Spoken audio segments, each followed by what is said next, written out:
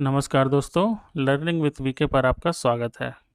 आज का यह वीडियो गणित विषय पर आधारित है, जो कि यूपी टेट 2019 जिसकी एग्ज़ाम 8 जनवरी 2020 को हुआ था, उससे लिया गया है। इस वीडियो में हम केवल 10 क्वेश्चंस को देखेंगे, इसीलिए यह इस सीरीज़ का पार्ट 1 होगा। बाकी के क्वेश्चंस हम अगले पार्ट में देखेंगे। तो चलिए बिना देरी किए शुरू करते हैं आज के इस वीडियो को।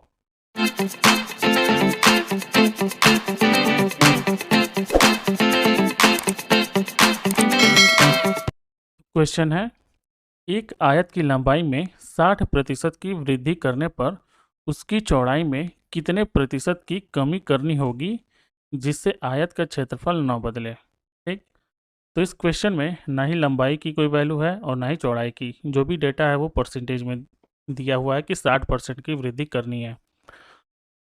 तो चलिए मान लेते हैं कि आयत की जो लंबाई है वो कितनी है, 100, और चौड़ाई वो भी कितनी है, 100। ठीक, क्योंकि यहाँ पर कोई डेटा नहीं दिया गया इसलिए हमने 100 मान लिया। और 100 क्यों माना है, क्योंकि जो भी वैल्यू है वो परसेंटेज में दी गई है। ठीक, तो सॉल्व करने में आसानी होगी इसलिए हमने मान लिया 100। तो जो आयत का क्षेत्रफल हो जाएगा वो हो जाएगा लंबाई गुणे चौड़ाई, यानी कि 100 गुणे 100 इसके बराबर है 10,000 के बराबर। ठीक, ये हमारा क्षेत्रफल हो गया। अब आगे के प्रश्न में क्या क्या कर रहा है कि लंबाई में 60% की वृद्धि करने पर, यानी पहले लंबाई कितनी थी, 100, और अब उसमें से क्या करेंगे कि 60% की वृद्धि कर देंगे। तो जो नई लंबाई हो जाएगी वो हो जाएगी 160। ठीक, ये 160 कैसे हो गया, क्योंकि हमने परसेंटेज में डेटा पहले ही लिया हुआ है।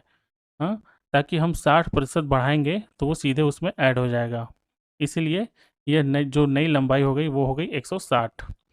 और चौड़ाई में क्या पूछा है कि चौड़ाई में कितने प्रतिशत की कमी करनी होगी, यानी हमें यहाँ चौड़ाई नहीं पता है तो चौड़ाई को मान लेंगे x। ठीक, और आगे क्या है कि आयत का क्षेत्रफल ना बदले, यानी कि जो हमारी ये नई वैल्यू है इसका जो क्षेत्रफल होगा वो पुराने वाले क्षेत्रफल के ही बराबर होगा। तो हमें इस वैल्यू से नया क्षेत्रफल क्या निकल के आएगा, 160 गुणे x। यह जो वैल्यू है वो किसके बराबर है, 10,000 के बराबर है। ठीक, तो अब इसको सॉल्व कर लेंगे। तो चूंकि 160 यक्स जो है वो किसके बराबर है, 10,000 के बराबर है, क्योंकि दोनों आयत का क्षेत्रफल है। पहले इतना था और बाद में इसके डेटा में चेंज किया गया, उसके बावजूद भी क्षेत्रफल इसका उतना ही है, क्षेत्रफल में कोई बदलाव नहीं हो रहा है। तो इसको सॉल्व करेंगे जब, तो क्या हो जाएगा, x बराबर 10,000 बटे 160। अब इसको सरल कर लेंगे तो 10 से 10 ये कट गया, फिर 8 से इसको काटते हैं तो 8 दूना के 16, और 8 एकम 8, बचे 2, 20, 8 दूना 16, बचे 4 और 0 40, 8 पंजे 40, यानी ये कितना हो गया, 125 बटे 2। और इसको सरल करेंगे तो कितना आंसर हो जाएगा, 2 छक्के 12, 2 दूनी 4 और 2 पंजे 10, यानी कि जो चौड़ाई नई निकल कर आई वो कितनी हो गई, 62.5। अब क्वेश्चन में क्या बोला है कि कितने प्रतिशत की चौड़ाई में कमी करनी होगी, तो ये तो हमारी चौड़ाई निकल गई। ठीक, पहले हमारी चौड़ाई कितनी थी, 100 थी, हाँ, और अब कितनी चौड़ाई है, 62.5। तो कमी कितनी है, तो 100 में से इसको घटा देंगे, 62.5 को घटा देंगे तो ये कितना हो जाएगा, 37.5। ये डेटा प्रतिशत में होगा, यानी कि जो हमारा करेक्ट आंसर हो जाएगा वो हो जाएगा ऑप्शन सी, ठीक, 37.5। अगला क्वेश्चन, एक घन का आयतन संख्यात्मक रूप में उसकी भुजाओं की लंबाई के योग के बराबर है।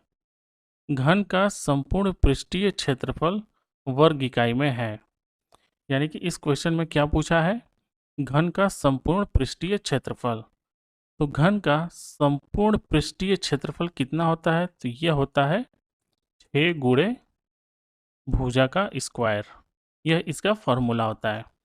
ठीक, अब यहाँ पर क्या बोल रहा है प्रश्न में कि घन का आयतन, तो घन का आयतन कितना होता है, घन का आयतन, घन का आयतन कितना होता है, भुजा का क्यूब। ठीक, तो हमने मान लिया कि घन की एक भुजा कितनी है, a है, ठीक। तो घन का आयतन कितना हो जाएगा, a क्यूब, ठीक। ये कि क्या हो जाएगा, ये घन का भुजा का आयतन a क्यूब हो जाएगा। और दूसरी लाइन में क्या कर रहा है कि भुजाओं की लंबाई के योग के बराबर है, यानी जो घन का आयतन है वो भुजाओं की लंबाई के योग के बराबर है। तो घन में भुजाएं कितनी होती हैं, तो 12 भुजाएं होती हैं, ठीक। कैसे, तो चलिए देखते हैं डायग्राम के थ्रू।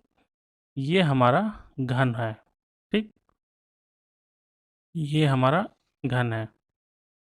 घन कुछ इस प्रकार से बनता है जिसकी सभी भुजाएं बराबर होती हैं। तो चलिए देखते हैं कितनी भुजाएं हैं, 1 2 3 4 5 6 7 8 9 10 11 और 12, यानी कि 12 भुजाएं हैं।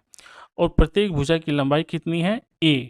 तो 12 भुजाओं की लंबाई कितनी हो जाएगी, 12a। कितनी हो जाएंगी, 12a। तो क्वेश्चन में क्या बोला है कि जो आयतन है, घन का आयतन, वह घन के भुजाओं की लंबाई के बराबर है, यानी कि ए क्यूब बराबर 12a, ठीक। अब यहाँ से हम इसको सरल कर लेंगे। तो सरल करेंगे तो कैसे करेंगे, इस a से इसके पावर को काटेंगे, तो 3 पावर है तो कितना हो जाएगा, 2, यानी कि a स्क्वायर का वैल्यू, a स्क्वायर का मान कितना निकल के आ गया, 12, ठीक। और पूछा क्या है कि घन का संपूर्ण पृष्ठीय क्षेत्रफल, तो हमें पता है कि घन का संपूर्ण पृष्ठीय क्षेत्रफल कितना होता है, 6 गुणे भुजा का स्क्वायर।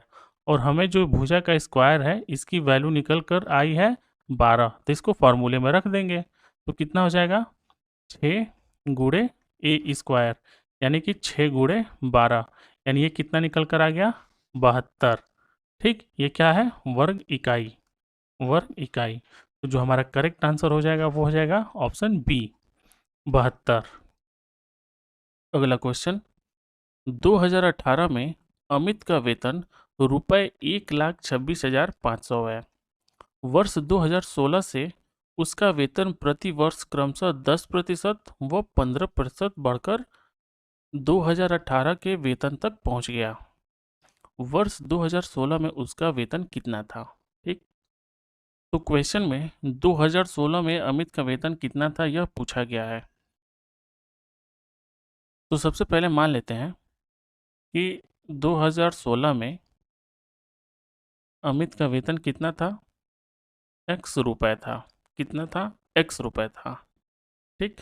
इसके बाद क्या होता है कि 2016 से उसका वेतन प्रति वर्ष कितना बढ़ा, 10% बढ़ा और फिर 15% बढ़ा, यानी कि 2 बढ़ोतरी हुई, ठीक। पहली बार कितनी बढ़ोतरी हुई, x का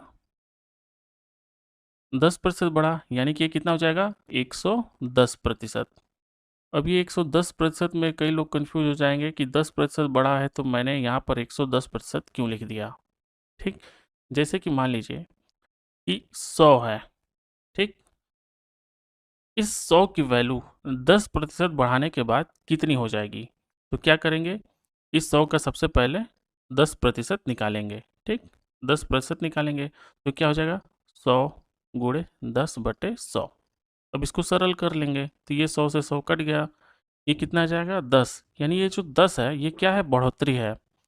और इस बढ़ोतरी के बाद कुल कितना हो जाएगा, तो 100 प्लस 10, और ये कितना हो जाएगा, 110, ठीक। तो यहाँ पर डेटा दिया हुआ है 100, तो 100 का 10% बढ़ाने के बाद कितना हो गया, 110। अब चूंकि यहाँ पर कोई मतलब डेटा तो दिया नहीं है, हमने x माना है, ठीक। तो x माना है तो 10% बढ़ोतरी होगी, यानी कितनी बढ़ोतरी होगी, x की 110%, ठीक। वैसे ही 15% फिर बढ़ी है सैलरी, यानी कि अब इस पूरे का क्या हो जाएगा, 15% बढ़ा है तो ये क्या हो जाएगा, 115%, ठीक। अब यह पूरी जो डेटा है ये 2018 के वेतन के बराबर हो गया, यानी कि ये सब किसके बराबर हो गया, 1,26,500 के, ठीक। अब क्या करना है, बस इसको सॉल्व कर देना है, ठीक। चलिए इसको सॉल्व कर देते हैं। x गुणे 110% को अगर बदलेंगे भिन्न में तो बटे 100, वैसे ही 115/100 बराबर 1,26,500, ठीक। अब इसको और सरल कर लेंगे। तो सरल करेंगे तो क्या करेंगे, इसका पक्षांतर कर लेते हैं। x बराबर 1,26,500, ये दोनों 100 इधर जाएंगे तो क्या हो जाएंगे, गुणे में हो जाएंगे, और ऊपर की संख्या नीचे आएगी तो भागे में हो जाएंगे। तो 110 गुणे 115। अब इसको सरल कर लेते हैं। ठीक, एक शून्य से एक शून्य कट गया।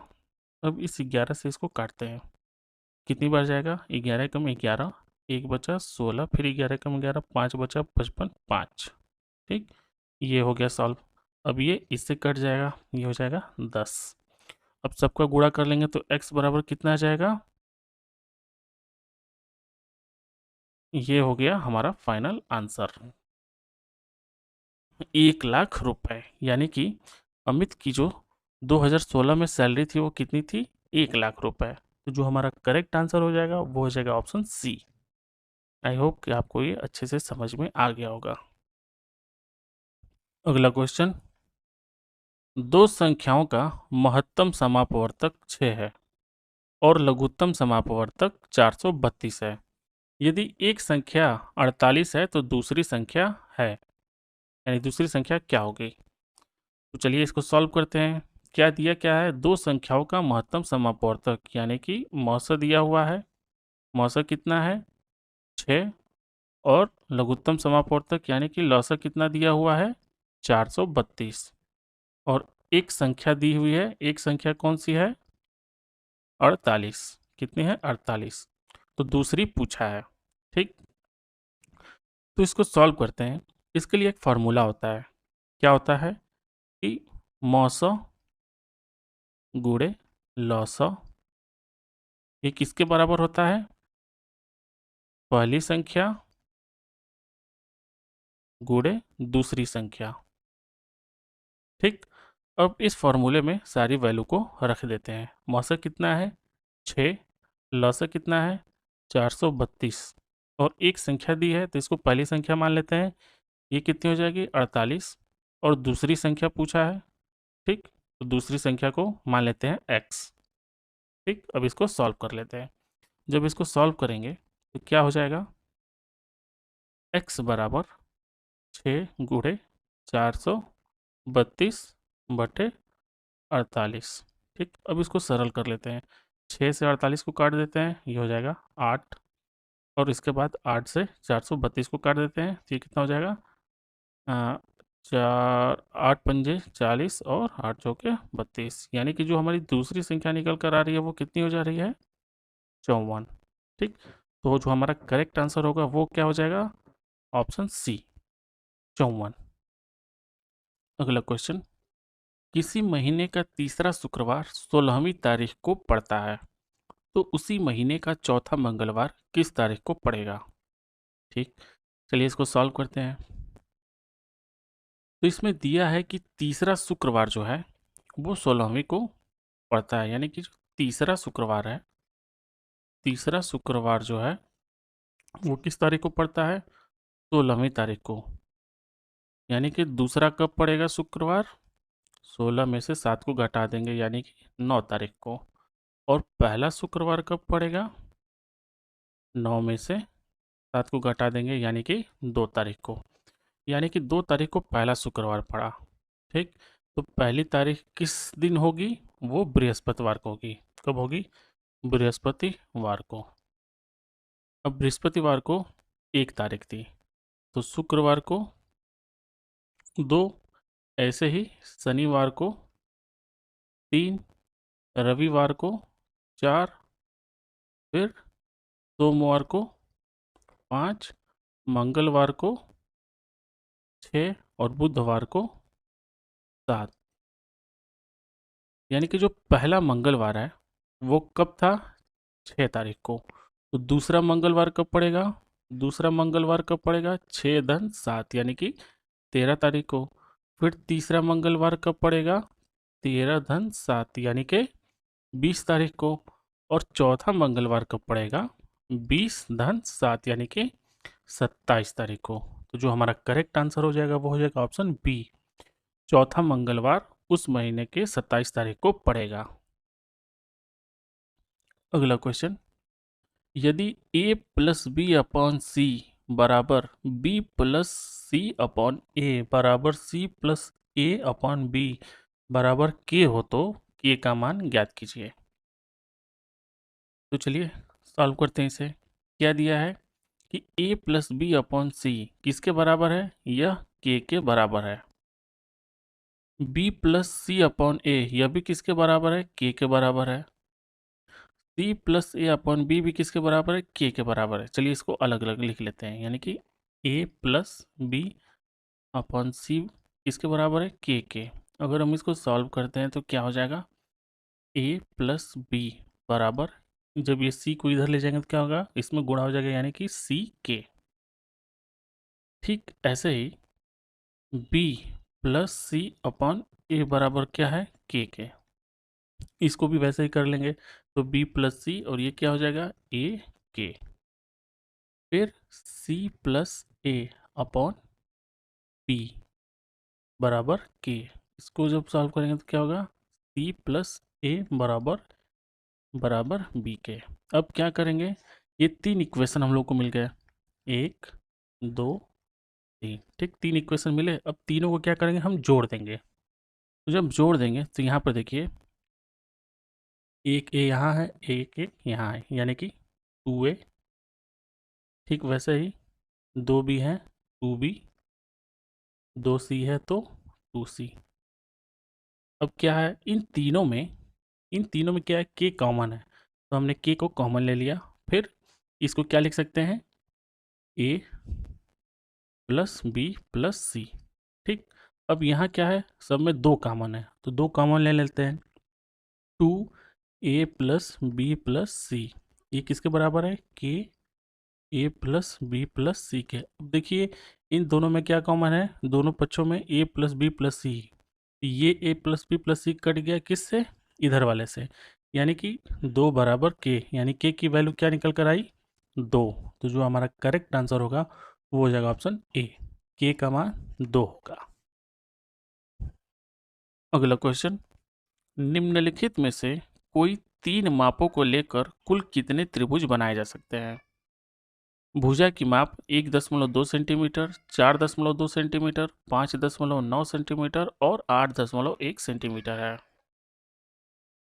तो सबसे पहले तो इस क्वेश्चन को सॉल्व करने के लिए हमें ये पता होना चाहिए कि त्रिभुज बनने की कंडीशंस क्या होती हैं। तो त्रिभुज बनने की एक कंडीशन ये होती है कि किसी त्रिभुज की दो छोटी भुजाओं का योग तीसरी भुजा से सदैव अधिक होता है। अब यहाँ पर हमारे पास क्या है? 1.2 कितनी भुजाएं हैं? चलिए लिखते हैं इसको। 1.2, ठीक, 4.2, 5.9 और 8.1 सेंटीमीटर की भुजाएं हैं। ठीक, अभी हमारे पास चार भुजाएं हैं। चलिए पहले दो भुजाओं को जोड़ते हैं। कितना आएगा? 5.4। ये किसी से बड़ी है? किसी से भी बड़ी नहीं है। 5.9 से भी छोटी है, 8.1 से भी छोटी है, यानी कि ये तो कट गया, इससे तो नहीं बन सकता। दूसरा देखते हैं, ये इसको जोड़ते हैं। क्या आएगा? 9 2 11, 4 5 9 1 10, यानी कि 10.1। तो क्या है? इन दोनों भुजाओं का योग, जो तीसरी भुजा कितनी है? 8.1, यानी इससे बड़ी है। ठीक, यानी कि जो हमारी तीन भुजाएं होंगी वो क्या हो जाएंगी? 4.2, 5.9, 8.1 सेंटीमीटर। यानी कि जो दी गई माप है इससे हम कितने त्रिभुज बना सकते हैं? केवल एक। इसलिए जो हमारा करेक्ट आंसर होगा वो हो जाएगा ऑप्शन डी, एक। अगला क्वेश्चन, एक भिन्न का हर अंश के दो गुने से एक अधिक है। अंश में दो जोड़ने और हर में तीन घटाने पर एक संख्या प्राप्त होती है, तो मूल भिन्न ज्ञात कीजिए। ठीक, तो मूल भिन्न को लेकर क्या कंडीशन दिया है कि भिन्न का हर अंश के दो गुने से एक अधिक है। ठीक, इस तरह के क्वेश्चन में क्या करना होता है कि हमें एक इक्वेशन बनानी होती है। अगर हमारा इक्वेशन बन गया तो क्वेश्चन भी सॉल्व हो जाता है। तो चलिए यहाँ पे क्या पूछा है? मूल भिन्न, और मूल भिन्न की कंडीशन क्या दिया हुआ है? तो मूल भिन्न की कंडीशन क्या है? मूल भिन्न, इसकी कंडीशन क्या है कि हर जो है अंश के 2 गुने से 1 अधिक है। यानी कि हम मान लेते हैं कि हमारा अंश कितना है, x है। अंश कितना है, x है। इससे सरल करने में आसानी होगी, ठीक। तो अंश कितना है, x, और हर के लिए क्या कंडीशन है कि अंश के दुगुने से, यानी कि अंश का दुगुना 2x, दोगुने से 1 अधिक है, यानी कि 2x प्लस 1। अब ये जो है हमारा क्या है, मूल भिन्न है। क्या है, मूल भिन्न है। इसके बाद आगे की कंडीशन क्या दिया हुआ है कि अंश में 2 जोड़ने पर, यानी कि अंश हमारा क्या है, x, अंश में 2 जोड़ने पर तो x प्लस 2, और हर में से 3 घटाने पर हर कितना है, 2x प्लस 1। इसमें से क्या करेंगे, 3 घटा देंगे, पर जो संख्या प्राप्त होगी वो क्या होगी, 1, यानी ये किसके बराबर है, 1 के। अब हमें एक इक्वेशन मिल गया। अब इसको क्या करेंगे, सरल कर लेंगे, ठीक। तो क्या हो जाएगा, x प्लस 2, 2x, और ये इसको सॉल्व करेंगे तो 1 में से 3 जाएगा तो -2, किसके बराबर, 1 के। अब इसका हम क्या करेंगे, पक्षांतर कर लेंगे, तो ये हो जाएगा x प्लस 2 बराबर 2x माइनस 2। अब क्या करेंगे, इस x को इधर ले जाएंगे और इस 2 को इधर ले आएंगे, ठीक। तो यह x इधर प्लस है, जब दूसरी तरफ जाएगा तो क्या हो जाएगा, माइनस में, यानी कि 2x माइनस एक्स। और यह x, ये जो -2 है, यह जब दूसरी तरफ जाएगा तो क्या हो जाएगा, प्लस में, यानी कि 2 प्लस 2। ये किसके बराबर हो जाएगा, 2x में से x गया x, और 2 प्लस 2 इज इक्वल टू 4, यानी x का मान कितना निकल के आ गया, 4।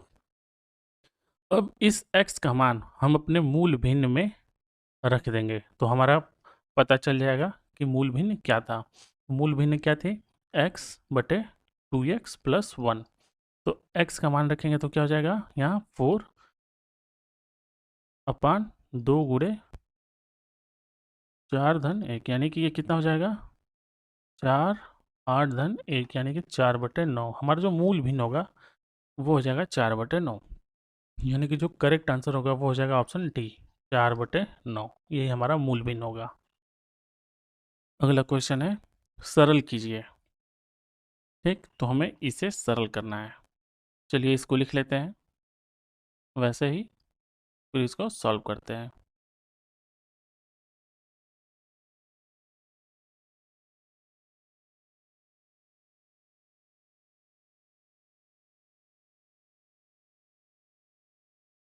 चलिए, तो इस तरह के क्वेश्चन को सॉल्व करने के लिए हमें बॉडमॉस रूल का यूज़ करना रहता है। तो सबसे पहले हम किसे सॉल्व करेंगे, यहाँ पर क्या है, ये एक लाइन खींची हुई है जिसे क्या बोलते हैं, रेखा कोष्ठक। क्या बोलते हैं, रेखा कोष्ठक। तो सबसे, ये जितने भी कोष्ठक हैं ये इन सब में सबसे छोटा माना जाता है। तो जो सबसे छोटा कोष्ठक होता है उसी को पहले सॉल्व करते हैं। तो यहाँ पर सबसे पहले क्या करेंगे, इसे सॉल्व करेंगे, ठीक। तो बाकी संख्याओं को वैसे लिख लेंगे।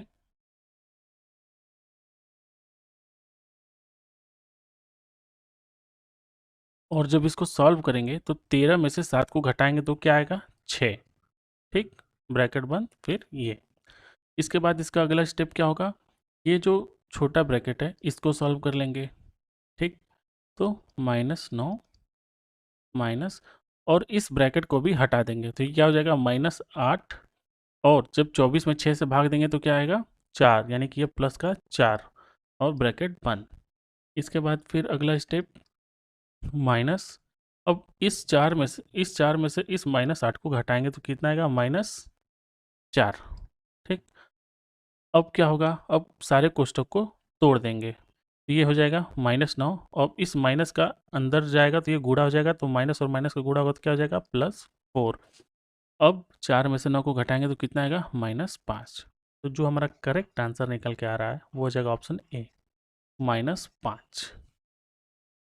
अगला क्वेश्चन, यदि मौसा ए और 8 का 4 है और लौसा यानी कि एलसीएम ए और 8 का 24 हो तो ए का मान क्या होगा। चलिए, तो क्वेश्चन में कह रहा है कि दो संख्याएं हैं ए और 8, इसका मौसा कितना है, 4, मौसा यानी महत्तम समापवर्तक, और लौसा यानी कि लघुत्तम समापवर्तक कितना है, 24। अब पूछा है कि ए का मान क्या होगा कि ये मौसा और लौसा के दिए गए कंडीशन को सेटिस्फाइड करे। तो इस तरह के क्वेश्चन को नॉर्मली हम क्या करते हैं, ऑप्शन से सॉल्व करते हैं, काफ़ी आसानी होती है। ठीक, तो सबसे पहले हम क्या करेंगे, ऑप्शन ए लेते हैं 12। तो 12 और 8 का हम देखेंगे कि मौसा कितना हो रहा है। ठीक, तो इसको हम गुणनखंड विधि से अगर निकालें तो कितना हो जाएगा, 12 का गुणनखंड 2 गुणे 2 गुणे 3 और 8 का गुणनखंड 2 गुणे 2 गुणे 2। तो मौसा निकालने के लिए क्या देखते हैं कि दोनों गुणनखंड में कितनी संख्याएं कॉमन है, कितने गुणनखंड कॉमन है। तो यहाँ पर क्या क्या कॉमन है, 1 2 ये कॉमन है और 1 2 ये कॉमन है। तो इसको वैसे ही लिख लेंगे 2 गुणे 2, और कुछ तो कॉमन है नहीं, तो बस यही हमारा मौसा हो जाएगा, यानी कि 4। जो हमारा मौसा निकल कर आया वो पहली कंडीशन को सेटिस्फाइड कर रहा है। दूसरा क्या है, लौसा निकालेंगे, इसको भी गुणनखंड विधि से निकालेंगे। चलिए यहीं पे इसको देख लेते हैं, 2 से भाग दिया 6, फिर 4, फिर 2 से भाग दिया 3 और 2, फिर 2 से भाग दिया 3 1 और फिर 3 से भाग दिया 1 और 1। ये ऐसे गुणनखंड करते हैं, काटते रहते हैं जब तक कि नीचे 1 ना आ जाए। तो ये हमारा क्या आ गया, ये जो संख्या है इनका आपस में गुणा हो जाएगा, तो ये हमारा लौसा निकल जाएगा, यानी कि 2 गुणे 2 गुणे 2 गुणे 3, यानी कि 2 दूना 4 दूना 8 तरीके 24। तो जो हमारा लौसा निकल के आ रहा है वो कितना आ रहा है, 24। ठीक, तो यहाँ पर हम देख रहे हैं कि लौसा भी हमारा 24 निकल के आ रहा है, यानी कि 12 अगर ए का मान रखा जाए तो दोनों कंडीशन सेटिस्फाइड हो जा रही है। तो जो हमारा करेक्ट आंसर होगा वो हो जाएगा ऑप्शन ए 12। अब इस क्वेश्चन में तो पहले ही मतलब 12 दिया हुआ है, तो 12 अगर हम लोगों ने रखा तो पहली बार में आ गया। चलिए इसके दूसरे वाले ऑप्शन को भी चेक करते हैं, ऐसे ही चेक कर लेते हैं। क्या है, 14 और दूसरी संख्या क्या हो जाएगी 8। तो इसका हम मौसा निकालते हैं, तो 14 का गुणनखंड करेंगे तो क्या होगा 2 गुणे 7 और 8 का गुणनखंड 2 गुणे 2 गुणे 2। ठीक, तो यहाँ पर हम मौसा जब निकालेंगे तो क्या है, देखते हैं कि यहाँ पर सिर्फ एक गुणनखंड ही दोनों में कॉमन है, वो कितना है 2, यानी कि मौसा हमारा क्या निकल के आएगा 2। कंडीशन को सेटिस्फाइड नहीं करी है, इसलिए हमारा 14 नहीं होगा। ठीक, दूसरी बार क्या रखते हैं 8। जब 8 और 8, हाँ, जब 8 और 8 करेंगे तो इसका मौसा ही 8 हो जाएगा, क्योंकि दोनों संख्याएं बराबर हो जाएंगी। तो हमारा सी ऑप्शन भी गलत है। चौथा ऑप्शन क्या है 10। तो हम चौथे ऑप्शन को रखेंगे तो क्या होगा 10 और 8। तो 10 का गुणनखंड कितना होगा 2 गुणे 5 और 8 का 2 गुणे 2 गुणे 2। यहाँ पर भी कॉमन क्या है, सिर्फ एक गुणनखंड, यानी कि मौसा कितना आ रहा है 2, यानी कि ये भी कंडीशन को सेटिस्फाइड नहीं कर रही है। तो जो हमारा करेक्ट आंसर हो गया वो हो गया ऑप्शन ए 12। आई होप कि ये सारी चीज़ें आपको अच्छे से समझ में आ गई होंगी। तो दोस्तों आज की वीडियो में सिर्फ इतना ही। आज हमने यूपी टेट 2019 के, जिसका एग्ज़ाम 8 जनवरी 2020 को हुआ था, उसके मैथ के क्वेश्चन में से 10 क्वेश्चंस को हमने लिया और उसको सॉल्व किया। बाकी के बचे हुए प्रश्नों के लिए हम अलग से वीडियो बनाएंगे जिसमें उसका सॉल्यूशन होगा। दोस्तों आई होप कि ये सारी चीज़ें आपको अच्छे से समझ में आई होंगी, जो आपके आने वाले एग्ज़ाम्स में आपकी मदद करेंगी। तो दोस्तों अगर आपको मेरा वीडियो पसंद आता है तो वीडियो को लाइक कीजिए और ज़्यादा से ज़्यादा शेयर कीजिए। अगर आप इस वीडियो को यूट्यूब पर देख रहे हैं तो चैनल को सब्सक्राइब कीजिए और साथ ही बेल आइकन को प्रेस कर दीजिए, ताकि हमारे ऐसे ही वीडियो के अपडेट्स आप तक पहुंचते रहें। अगर आप इसे फेसबुक या इंस्टाग्राम पर देख रहे हैं तो अकाउंट को फॉलो कीजिए, लिंक डिस्क्रिप्शन में है। वीडियो देखने के लिए धन्यवाद। मिलते हैं एक नए वीडियो में।